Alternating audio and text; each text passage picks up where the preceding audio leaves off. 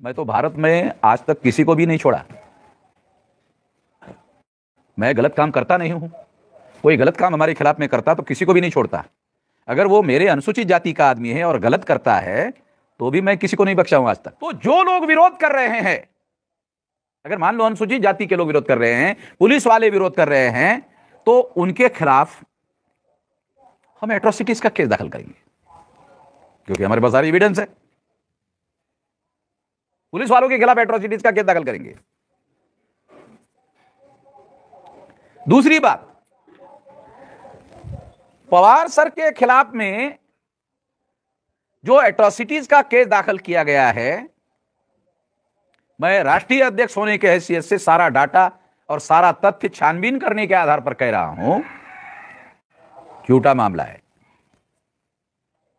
जब वो केस लिखवा रहे थे पुलिस वाले, तो पुलिस वाले भी बोल रहे हैं हम भी जानते हैं झूठा है। पुलिस वाले भी बोल रहे थे झूठा है, मगर क्या करें, सुप्रीम कोर्ट ने ऑर्डर दिया हुआ है कि अगर महिला कोई कंप्लेन करती है तो उसको नोंद करना पड़ेगा। सुप्रीम कोर्ट ने कहीं पर भी नहीं कहा है झूठा अगर महिला आरोप करती है और आपको मालूम है तो भी दाखिल कर लेना चाहिए। ऐसा सुप्रीम कोर्ट ने कहीं पर भी नहीं कहा है, जबकि पुलिस वालों को मालूम है ये झूठा मामला है। दूसरी बात, सर्कमटेंशियल एविडेंस जो सुप्रीम कोर्ट के ऑर्डर के अनुसार सही माना जाता है, ठोस माना जाता है, सर्कमटेंशियल एविडेंस, वो ये प्रूव करता है कि हमने जिस व्यक्ति के विरोध में लोगों को भड़काकर इनके घर में लाने का मामला एफआईआर दर्ज किया, वो पुलिस के रिकॉर्ड में रिकॉर्ड है कि वो ये पवार साहब के घर में आए थे। ये पुलिस चौकी में एफआईआर नोंद है। उसके बाद महिला का छेड़खानी करने का उस व्यक्ति के द्वारा जिसके खिलाफ में एफआईआर है, ये झूठा मामला अपना डिफेंस करने के लिए एक केस दायर किया झूठा। ये सबूत बता रहा हूं मैं ये सबूत बता रहा हूं कि ये डिफेंस करने के लिए, अब तो मेरे खिलाफ एफआईआर हो गया तो मेरा तो कार्रवाई होगी। मैं तो भारत में आज तक किसी को भी नहीं छोड़ा। मैं गलत काम करता नहीं हूं। कोई गलत काम हमारे खिलाफ में करता तो किसी को भी नहीं छोड़ता। अगर वो मेरे अनुसूचित जाति का आदमी है और गलत करता है तो भी मैं किसी को नहीं बख्शा हूं आज तक। और यहां अनुसूचित जाति के बहुसंख्यक लोग ये मानते हैं झूठा है। जो अनुसूचित जाति के प्रोटेक्शन के लिए कानून बनाया गया, वो अनुसूचित जाति के लोग मानते हैं झूठा आरोप लगाया गया। और ये बात हम लोग हाई कोर्ट में लिख कर देंगे। अनुसूचित जाति के लोग हाई कोर्ट में लिख कर दे देंगे। हमारा एट्रोसिटीज प्रिवेंशन फोर्स का संगठन है, वो भी उधर लिख के देंगे ये झूठा है। तला जो प्लेस है वहां पर आर्टिकल 19 के तहत जो संविधान ने हम लोगों को अभिव्यक्ति की आज़ादी का, freedom of speech and freedom of expression का जो अधिकार दिया है, उसके अंतर्गत हम लोग ये कार्यक्रम कर रहे थे। जो उपलब्ध जानकारी हम लोगों को मिली है और जिसके सबूत है, गवाह है, उसके आधार पर यहाँ के जो लोग हमारे कार्यक्रम को करने देने के लिए मना कर रहे थे, उनको पुलिस वालों का प्रोटेक्शन है। पुलिस के प्रोटेक्शन की वजह से ही उनकी हिम्मत बढ़ी। ऐसा होना नहीं चाहिए था। पुलिस को असंवैधानिक तरीके से उनको प्रोटेक्शन नहीं देना चाहिए था, मगर पुलिस ने ऐसा किया। और आज हमने इंदापुर में कार्यक्रम रखा, हॉल में कार्यक्रम रखा, तो पुलिस वाले हॉल के मालिक को दबाव डालकर वो कार्यक्रम रोकने की कोशिश किए। इससे तो फाइनली प्रूव हो गया कि पुलिस वाले ही रोक रहे। उन लोगों का, दूसरे संगठनों की या दूसरे लोगों का केवल नाम ले रहे, उससे तो प्रमाणित हो गया। इसलिए एक तो हम लोग पुलिस वालों के खिलाफ हाई कोर्ट में केस दाखिल करेंगे कि इन्होंने संविधान के आर्टिकल 19 का उल्लंघन किया और कॉन्शियसली किया। इसलिए यहां के पुलिस अधिकारियों के खिलाफ में कार्रवाई होनी चाहिए। केवल हमारे संवैधानिक अधिकार बहाल करनी चाहिए नहीं, बल्कि ऐसे पुलिस अधिकारी जो संविधान के मौलिक अधिकार का उल्लंघन करते हैं, उन पर कार्रवाई करने की भी हमारी मांग है। ये बात मैं ये प्रेस कॉन्फ्रेंस लेके कह रहा हूं, ये मामला मैं अभी high court, Bombay high court में, और जरूरी पड़ा तो सुप्रीम कोर्ट में भी लेके जाऊंगा, क्योंकि हम संविधान के दायरे में रहकर काम करने के आदी है। संविधान ने हम लोगों को अधिकार दिए हैं, किसी के बाप का दिया हुआ तो अधिकार है नहीं, संविधान का दिया हुआ अधिकार है। यदि हम लोग हमारी विचारधारा का प्रचार और प्रसार करना चाहते हैं तो ये हमारा मौलिक अधिकार है। मान लो कोई दूसरे संगठन के लोग, हमारी विचारधारा उनको पसंद नहीं है, ऐसा हो सकता है, तो उनको जो विचारधारा वो मानते हैं वो विचारधारा का प्रचार प्रसार करने का उनको अधिकार है। वो भी आर्टिकल 19 के तहत वो अपना कार्यक्रम कर सकते हैं। अगर हमने कोई गलत बात कही, मान लो उनको लगता है कि ये बात हमने गलत कही, तो वो सबूत के साथ उस बात को समाज के सामने रखे और गलत साबित कर दे, उनको भी अधिकार है। और जनता को अधिकार है, जिनकी बात उनको सही लगती है वो स्वीकार करे, जिनको सही नहीं लगती है उनकी स्वीकार ना करे। यही ना लोकतंत्र है, यही आजादी है। मगर ये लोग कानून अपने हाथ में ले रहे, और कानून को लागू करने वाली और संविधान को लागू करने वाली जो पुलिस मशीनरी है वो ऐसे गलत काम करने वाले लोगों का साथ दे रहे। इसलिए उन अधिकारियों के खिलाफ हम लोग कोर्ट में जाएंगे, आर्टिकल 19 बहाल रखने के लिए, करने के लिए, और उसके खिलाफ कार्रवाई करने की हम लोग केस लेकर जाएंगे बॉम्बे हाई कोर्ट में, आवश्यकता पड़ी तो सुप्रीम कोर्ट में। दूसरी बात ये कि मैं अनुसूचित जाति का आदमी हूं और ये भी अनुसूचित जाति के आदमी है, और अनुसूचित जाति के लोग जो है वो पहल करके एक कार्यक्रम कर रहे हैं। तो जो लोग विरोध कर रहे हैं, अगर मान लो अनुसूचित जाति के लोग विरोध कर रहे हैं, पुलिस वाले विरोध कर रहे हैं, तो उनके खिलाफ हम एट्रोसिटीज का केस दाखिल करेंगे, क्योंकि हमारे पास सारी एविडेंस है। पुलिस वालों के खिलाफ एट्रोसिटीज का केस दाखिल करेंगे। दूसरी बात,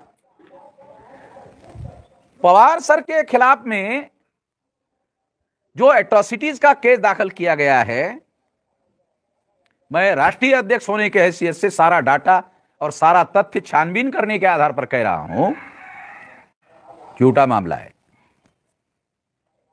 जब वो केस लिखवा रहे थे पुलिस वाले, तो पुलिस वाले भी बोल रहे थे हम भी जानते हैं झूठा है, पुलिस वाले भी बोल रहे थे झूठा है। मगर क्या करें, सुप्रीम कोर्ट ने ऑर्डर दिया हुआ है कि अगर महिला कोई कंप्लेन करती है तो उसको नोंद करना पड़ेगा। सुप्रीम कोर्ट ने कहीं पर भी नहीं कहा है झूठा अगर महिला आरोप करती है और आपको मालूम है तो भी दाखिल कर लेना चाहिए, ऐसा सुप्रीम कोर्ट ने कहीं पर भी नहीं कहा है, जबकि पुलिस वालों को मालूम है ये झूठा मामला है। दूसरी बात, सर्कमटेंशियल एविडेंस जो सुप्रीम कोर्ट के ऑर्डर के अनुसार सही माना जाता है, ठोस माना जाता है, सर्कमटेंशियल एविडेंस, वो ये प्रूव करता है कि हमने जिस व्यक्ति के विरोध में लोगों को भड़काकर इनके घर में लाने का मामला एफआईआर दर्ज किया, वो पुलिस के रिकॉर्ड में रिकॉर्ड है कि वो ये पवार साहब के घर में आए थे। ये पुलिस चौकी में एफआईआर नोंद है। उसके बाद महिला का छेड़खानी करने का उस व्यक्ति के द्वारा जिसके खिलाफ में एफआईआर है, ये झूठा मामला अपना डिफेंस करने के लिए एक केस दायर किया झूठा। ये सबूत बता रहा हूं मैं ये सबूत बता रहा हूं कि ये डिफेंस करने के लिए, अब तो मेरे खिलाफ एफआईआर हो गया तो मेरा तो कार्रवाई होगी। मैं तो भारत में आज तक किसी को भी नहीं छोड़ा, मैं गलत काम करता नहीं हूं। कोई गलत काम हमारे खिलाफ में करता तो किसी को भी नहीं छोड़ता। अगर वो मेरे अनुसूचित जाति का आदमी है और गलत करता है तो भी मैं किसी को नहीं बख्शा हूं आज तक। और यहां अनुसूचित जाति के बहुसंख्यक लोग ये मानते हैं झूठा है। जो अनुसूचित जाति के प्रोटेक्शन के लिए कानून बनाया गया, वो अनुसूचित जाति के लोग मानते हैं झूठा, आरोप लगाया गया। और ये बात हम लोग हाई कोर्ट में लिख कर देंगे, अनुसूचित जाति के लोग हाई कोर्ट में लिख कर दे देंगे। हमारा एट्रोसिटीज प्रिवेंशन फोर्स का संगठन है, वो भी उधर लिख के देंगे ये झूठा है। हाई कोर्ट के लोगों को भी, जजेस को भी मालूम है बहुत सारे राजनीतिक लोग एट्रोसिटीज का मिसयूज कर रहे हैं, हाई कोर्ट को भी मालूम है, हाई कोर्ट के रिकॉर्ड में। इसलिए हम लोग संगठन की पूरी शक्ति लगाकर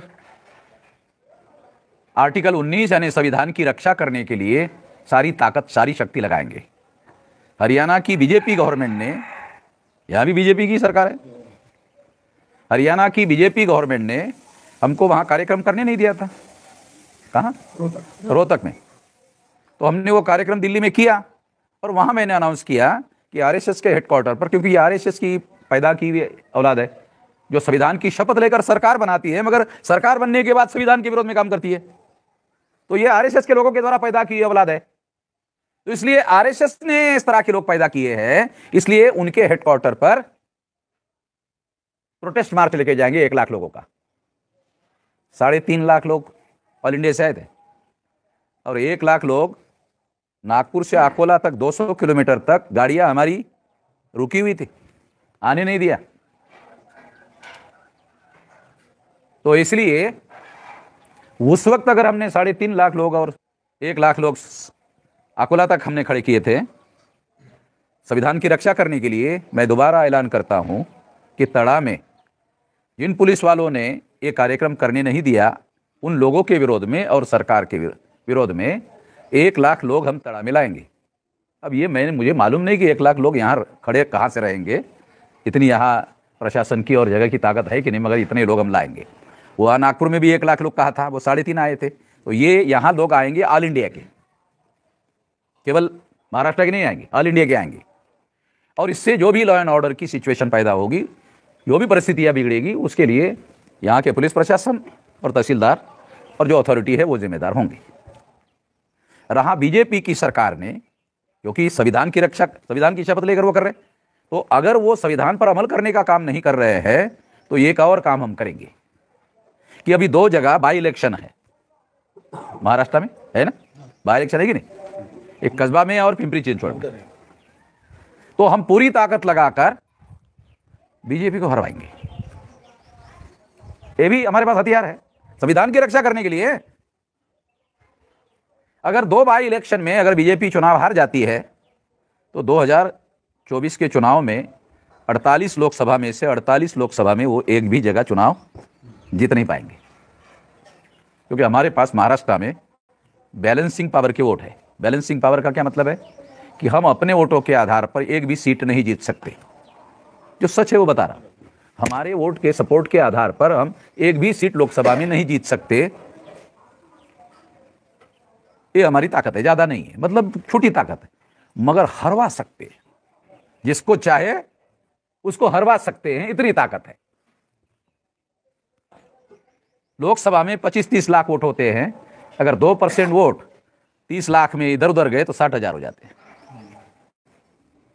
तो किसी भी लोकसभा में चुनाव जीतने नहीं देंगे 48 में से।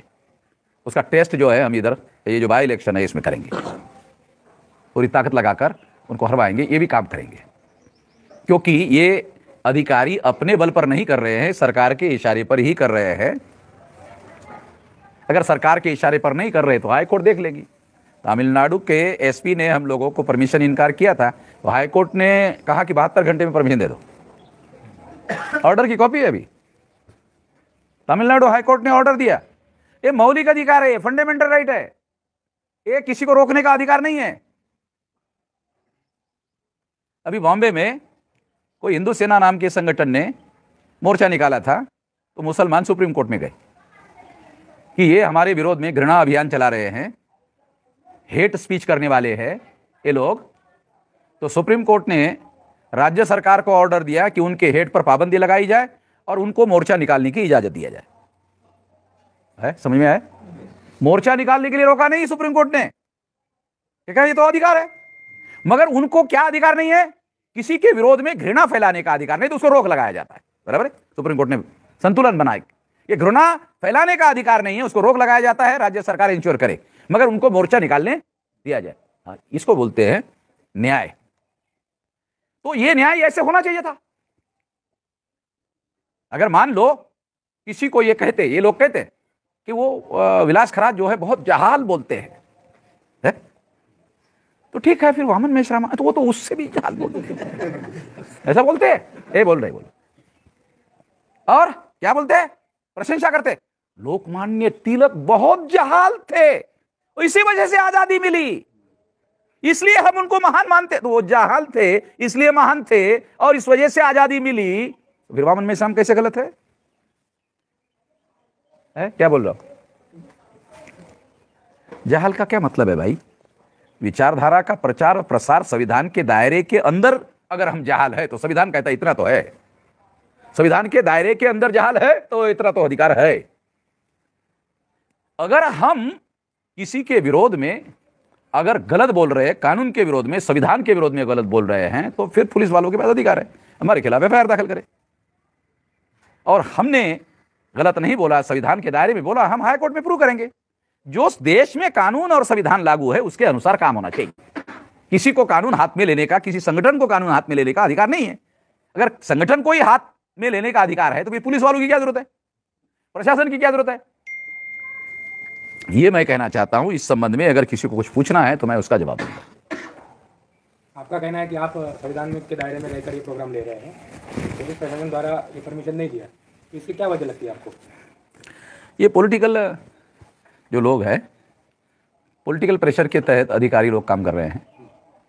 और पॉलिटिकल नेता, कल मान लो अधिकारी के खिलाफ में हमने हाई कोर्ट में केस दायर कर दिया और वो उसकी नौकरी चली गई, फडणवीस उसको नौकरी देने वाला है क्या? फडणवीस क्या बोलेगा सरकार हाई कोर्ट में? हमने थोड़ी कहा था, ये अधिकारी ने गलत किया, हम क्या करें? कोर्ट देख ले। यही करते हैं सरकार। बाद में क्या करती है, जब उस सरकार पर आती है तो वो अपने पीछे हट जाती है। अधिकारी को सरकार के लोगों ने लिखित थोड़ी कहा कि इनको रोको।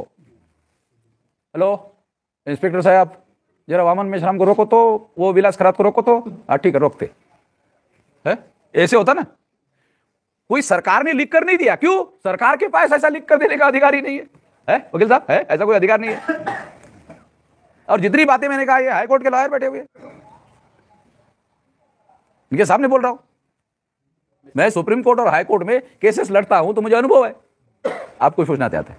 सर, पुलिस प्रशासन का कहना है कि ये जो आयोजक थे कार्यक्रम के, ये यहाँ के नहीं है, स्थानिक नहीं है, तो कार्यक्रम नहीं हो सकता। इसके बारे में आपका क्या कहना है सर? भारत का जो संविधान है वो ये कहता है कि ये freedom of speech and freedom of expression all India के लिए है। और सिटीजनशिप का जो कानून है, भारत का तड़ा का नागरिक अलग होता है, रायगढ़ का अलग होता है, बॉम्बे का अलग होता है, कर्नाटक का अलग होता है। ऐसा भारत के संविधान में नागरिकता नहीं है। भारत की सिंगल नागरिकता है और वो सिंगल नागरिकता सारे देश भर में लागू है। वो नागरिक केरला का तड़ा में आकर कार्यक्रम कर सकता है, तड़ा का आदमी केरला में जाके कार्यक्रम कर सकता है। क्यों? ये सिंगल नागरिकता है, ऑल इंडिया में उसको अधिकार है, उसकी कोई भौगोलिक सीमा नहीं है, संविधान के तहत बता रहा हूं। अब मुझे हैरानी इस बात की होती है, पुलिस वालों को मालूम नहीं है। तो मैं सरकार को निवेदन करता हूं कि अपने पुलिस वालों को थोड़ा फंडामेंटल राइट का ट्रेनिंग दे दे। पुलिस वाले जिनको लॉ एंड ऑर्डर मेंटेन करने के लिए तुमने रखा है और उनको संविधान की जानकारी नहीं है, तो उनको ट्रेनिंग दे दे। अगर ट्रेनिंग के लिए आदमी नहीं है तो हम मुफ्त में उनको ट्रेनिंग देंगे पुलिस वालों को। मतलब सर, पुलिस वालों से प्रांतवाद हो रहा है सर? प्रांतवाद तो हो ही रहा है, जो उनके अधिकार क्षेत्र के बाहर है, अधिकार का उल्लंघन है। मान लो कि बाहर के आदमी, एक तो अब यहां वो रह रहे हैं, तो बाहर का कैसे है? बाहर का किसको कहेंगे मालूम है? पाकिस्तान का आदमी अगर भारत में आके कार्यक्रम करता है तो बाहर का मैं भारत का ही आदमी हूं। भारत के किसी भी कोने में घूमने का, फिरने का, प्रचार करने का, प्रसार करने का, बोलने का संविधान में लिखा हुआ है। तो पुलिस वालों को तो यह मालूम होना चाहिए दूसरों को है या नहीं है, क्योंकि उनको लॉ एंड ऑर्डर मेंटेन करना है। सर, और एक सवाल, पवार सर जी का जो जमानत जो है उसका एक ही बाजू कोर्ट ने, मतलब जज ने सुना है, और जो जजमेंट है उसके ऊपर उसने जो जमानत है उसको रिजेक्ट किया। उसके बारे में आपकी क्या राय है? जज साहब ने जो मुझे सारा सबूत के साथ वकीलों के द्वारा और वहां सुनने वाले लोगों के द्वारा जानकारी मिली, उन्होंने मुझे जानकारी दी। हमारे वकील की बात पूरी सुनने के पहले ही उन्होंने इनको रोक करके जजमेंट दिया। तो जज साहब का पूरा आदर करते हुए मैं जज साहब की चीफ जस्टिस के पास बॉम्बे हाई कोर्ट में और सुप्रीम कोर्ट में कंप्लेन करूंगा कि इस जज की कंप्लेन किया जाए और जांच पड़ताल के बाद कार्रवाई किया जाए, और जब तक जांच कार्रवाई चलेगी तब तक उनको जुडिशियल काम से रोका जाए। ये मेरी मांग रहेगी।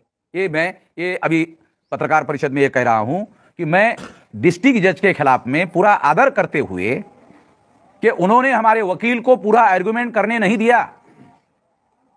जुडिशियल प्रिंसिपल मैं आपको बताना चाहता हूं, नेचुरल प्रिंसिपल ऑफ जस्टिस बोलते हैं उसको। नेचुरल प्रिंसिपल ऑफ जस्टिस क्या है? जज को दोनों वकीलों की सुनकर फैसला देना है, ठीक है? मगर हमारे वकील की बात को सुना नहीं, रोक दिया, रोकने के बाद अपना जजमेंट अनाउंस कर दिया। यह अधिकार जज के पास नहीं है। संविधान ने ऐसा कोई अधिकार नहीं दिया है जज साहब, वकील साहब, ऐसा अधिकार नहीं है। पूरी बात सुनना होगा। सुप्रीम कोर्ट 2-2, 3-3, 4-4 हफ्ता वकील की सुनती है। अभी 3-4 दिन से ये अभी जो केस चल रहा था ये महाराष्ट्र का, 3 दिन से बहस चली। अभी उन्होंने कहा कि नहीं और सुनेंगे, और सुने बगैर हम लोग फैसला नहीं। ऐसा आज का अखबार में बयान है चीफ जस्टिस का, चंद्रचूड़ का।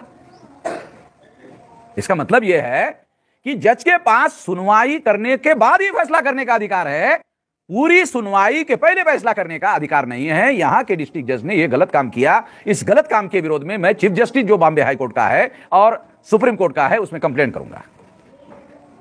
मैं केवल न्याय की बात करना चाहता हूं, संविधान के दायरे की बात करना चाहता हूं। जज का मतलब यह नहीं कि जज खुदा होते हैं। जज का मतलब यह नहीं कि जज खुदा होते हैं।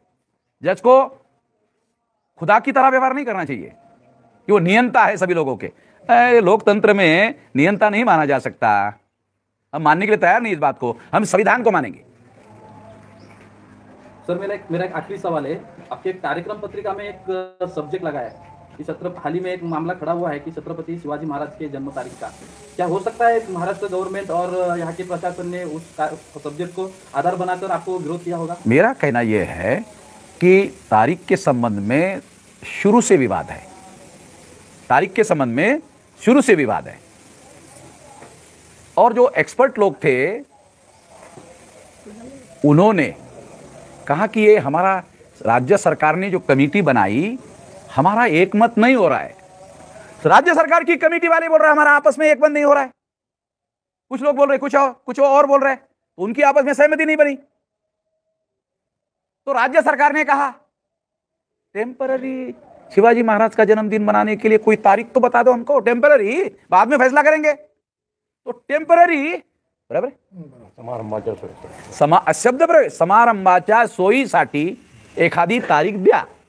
मग त्यांनी दिली। ही समारंभाच्या सोयीसाठी दिलेली तारीख आहे, ही काही शिवाजी महाराजांची जन्मतारीख नाही आहे। हे सर्वात मोठे इतिहासकारांनी त्यांनी शोधून काढलेली तारीख आहे।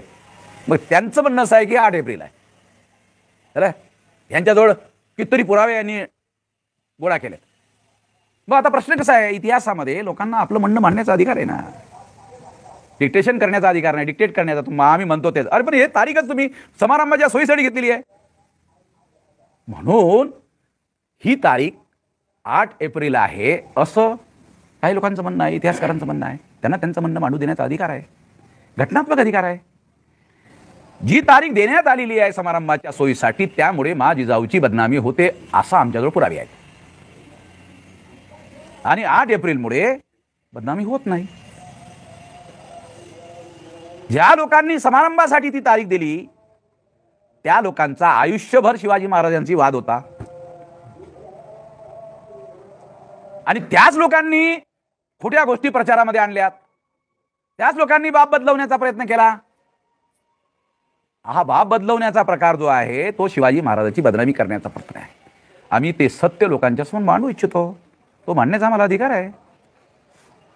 लेट द पीपल जज, लोकांना निर्णय घेऊ द्या।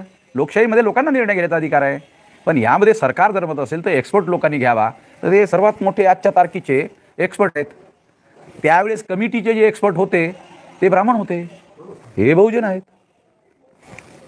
हे बहुजनाचे आता इतिहासकार झाले, त्यावेळेस नव्हते। आता बहुजनांचे इतिहासकार आहेत। मग बहुजनाचे इतिहासकार आहेत तर बहुजनांच्या इतिहासकारांना निर्णय घेऊ दे। आता त्यावेळेस नव्हते, आता आहेत ना। हा आमचं म्हणणं आहे, दुसरं काहीच म्हणणं नाही।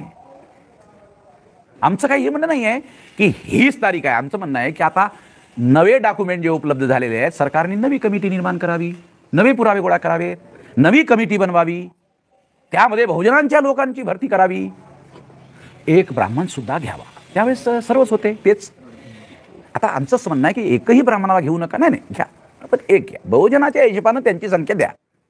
बहुजनांचे बहुजन ठेवा. इतिहासकार 2%, 1.5% ब्राह्मण आहेत, त्यांचा एक घ्या. एकही होत नाही. एकही प्रतिनिधी त्या ठिकाणी दिला जाऊ शकत नाही 2-1.5%, पण तरी एक घ्या. घ्या एक. त्यांना त्या कमिटीमध्ये म्हणणं मांडू द्या. आणखी काय विचारायचं? काल जो कोर्टाने निकाल दिला बीजेपी आणि शिवसेनेच्या संदर्भात, त्या संदर्भात तेच लोक आहेत जे इथे विरोध करतात. कारण की बीजेपी आणि शिवसेना शिंदेगड हा जो आहे हा प्रकल्पधारी इथे विरोध आला, तर त्यांच्यामध्ये जी ताकद आहे ही पूर्णपणे बीजेपी RSSची आहे. तर ह्या संदर्भात आता कार्यक्रम कुठलाही इथून पुढे होऊ देणार नाही आणि हा कार्यक्रम वक्ता बदला किंवा वक्ता चेंज करा किंवा ठिकाण चेंज करा तरी सुद्धा होऊ देणार नाही. ही पोलीस प्रशासनाची भूमिका जी आहे ही ठामपणे आहे. कारण की काल पोलीस स्टेशनमध्ये तशाच प्रकारचा वाद झाला. स्वतः DYSP जे आहेत ते ॲडिशनल DYSP आहेत, माणगाव तालुक्यामध्ये पण आहेत आणि ते तळा तालुक्यामध्ये पण आहेत. ते आहेत रोहा डिस्ट्रिक्ट इन्चार्ज आहेत. पण त्यांनी आता जे काही घटना घेतल्या किंवा माणगावमध्ये जो आता आम्ही तालुका प्लेस बदलून जे ठिकाण घेतलं होतं तिथे सुद्धा येऊन त्यांनी तशीच दमदाटी केली. हॉल इन्चार्जला आमच्या माझं याच्यावर असं म्हणणं आहे की जो अनुभव तुम्हाला आला पोलिसांचा तो शब्दबद्ध करा. DGPला लिहा की तुमच्या अधीनस्थ असणारे जे अधिकारी आहेत ते घटनेच्या विरोधामध्ये जाऊन काम करत आहेत, त्यांना तुम्ही थांबवा. तुमच्याजवळ ऑथॉरिटी आहे, कारण ते तुमच्या अधीन काम करणारे अधिकारी आहेत. जर तुम्ही थांबवलं नाही तर आम्हाला आज हायकोर्ट सुप्रीम कोर्टात जावं लागेल. पण तुम्ही जर याला रेकॉर्डमध्ये आणलं नाही, तुमच्या समोर ज्या गोष्टी बोलल्या गेल्यात आणि तुम्ही जर ते रेकॉर्डमध्ये आणलं नाही तर तुमच्याजवळ उद्या हायकोर्ट आणि सुप्रीम कोर्टामध्ये जाण्यासाठी काय पुरावा आहे? आपल्या लोकांना ह्या गोष्टी कळत नाहीत. ते रेकॉर्डमध्ये आणा. जर तुम्हाला तसं ते बोलतात तर रेकॉर्डमध्ये आणा. रेकॉर्डमध्ये आणण्याचं की या अधिकाऱ्यांनी आमच्या समोर असं असं बोललेत, तर आता ह्यांच्याकडे न्याय मागण्याचं काही आता आमचं राहिलेलं नाही. DGP डायरेक्टर जनरल पोलीस म्हणजे महाराष्ट्राचा पोलीस महासंचालक त्यांच्याकडे न्याय मागा. लक्षात? आपल्याला कायद्याच्या चौकटीमध्ये काम करायचं. आता कसं आहे, आता सोशल मीडिया आहे, तुम्ही त्या ठिकाणी कार्यक्रम घेऊ द्यायचा नाही. आता समजा व्यक्तिगतरित्या या ठिकाणी आम्ही 100 पूर्णवेळ कार्यकर्ते लावलेत, तर 2 महिन्यामध्ये कुठलं घर SC ST OBचं शिल्लक राहील का? मग घरोघरी जाण्यापासून हे थांबवू शकतात का? मग काय करणार आहेत? त्यांचा उद्देश काय? यांचा विचार लोकांपर्यंत पोहोचता कामा नये. आमच्याजवळ तर अनेक उपाय आहेत. 100 पूर्णवेळ कार्यकर्ते लावून घराघरापर्यंत विचार पोहोचवू, समजावून सांगू. मग काय करतील? त्यांचा उद्देश हा विचार पोहोचला नाही पाहिजे लोकांपर्यंत. पण पोहोचवण्याचा एकच मार्ग नाही ना, अनेक मार्ग आहेत. आम्ही एक मार्ग हे करू की पूर्णवेळ कार्यकर्ते लावून, प्रचारक लावून कामाला लावू. दुसरा हाईकोर्ट सुप्रीम कोर्टामध्ये जाऊन ह्या गोष्टीचा पायबंद घालू. त्याच्या बापाचा राज नहीं है, उनके बाप का राज नहीं है, कानून का राज है. हमारा क्या कहना है? रूल ऑफ लॉ, कानून का राज है, किसी के बाप का राज नहीं है. अगर किसी के बाप का राज होता तो फिर हम यहाँ नहीं आते थे ना. भाई है तो इनको चलाने वाले, बनाने वाले RSS वाले वहां 3.5 लाख लोग लेकर गए थे. तो RSS के हेडक्वार्टर को 4 लाख लगाकर भाग गए थे. अब अगला कदम क्या होगा आपका? अभी हम लोग शांतिपूर्ण तरीके से हॉल में हमारा कार्यक्रम करने के लिए आए हुए हैं और पता चला कि वहाँ भी पुलिस वाले ने रोकने की कोशिश की, तो इससे और प्रूव हो गया कि पुलिस वाले रोक रहे हैं, दूसरे लोग नहीं रोक रहे हैं. प्रूव हो गया, एविडेंस हो गया, और हमको ये और ज़्यादा ठोस एविडेंस मिल गया पुलिस के विरोध में हाईकोर्ट में जाने के लिए. तो हम देखो, हम लोग संविधान और कानून के दायरे में रहकर काम करने वाले लोग हैं. तो हमने क्या तरीका अपनाया? ओके ठीक है, हॉल के अंदर करते हैं, हॉल में पुलिस की परमिशन जरूरत नहीं है. ओके, हमने हॉल बुक किया. अब उन्होंने क्या किया? उनको मालूम है वामन मेश्राम तो हॉल के अंदर किया, तो वामन मेश्राम को तो हॉल के अंदर नहीं रोक सकते, क्योंकि परमिशन हॉल के अंदर परमिशन मांगी नहीं जाती, कानून नहीं है. ठीक है, तो अब रोकेंगे कैसे? अच्छा, किस मालिक ने हॉल दिया? मालिक मत दो, मालिक को रोकने के लिए कहा. मालिक ने अगर मान लो पैसा भरा हुआ, अगर उन्होंने रोकने की कोशिश की, वो एट्रोसिटीज के केस में फंस जाएगा. और पुलिस वाले हो सकता है उसको फंसाना चाहते हो, वो फंस जाएगा एट्रोसिटी में. तो हम तो एक तो एट्रोसिटी में फंसेगा, दूसरा हमको हॉल पैसा भरकर देने के बाद भी मना किया तो वो हॉल मालिक का धंधा चौपट हो जाएगा, भविष्य में उसका कोई हॉल ही बुक नहीं करेगा। व्यवसाय करना फंडामेंटल राइट है, तो उसका फंडामेंटल राइट रुक रहा है, उसकी भी हम मदद करेंगे कि तुम्हारा व्यवसाय खत्म नहीं होना, जो हो जाएगा। अब अगर प्रचार करेंगे तो कोई हॉल ही बुक नहीं करेगा, आपका धंधा खत्म हो जाएगा। उसको जो भी प्रोटेक्शन चाहिए वो देने के लिए हम तैयार हैं। वो हॉल मालिक को चाहिए, पुलिस वालों को कहे उनको रोको ना। मुझे रोकने का क्या मतलब है? जो कार्यक्रम करने वाले लोग हैं उनको रोको, हमको तो रोकने की, वहां हॉल के अंदर रोकने की तो कोई ताकत है नहीं उनकी। तो हम लोग, पुलिस ने कानून और संविधान के विरोध में जो काम किया है, सरकार ने काम किया है, उसके लिए तड़ा में 1 लाख लोगों का प्रोटेस्ट मोर्चा निकालेंगे।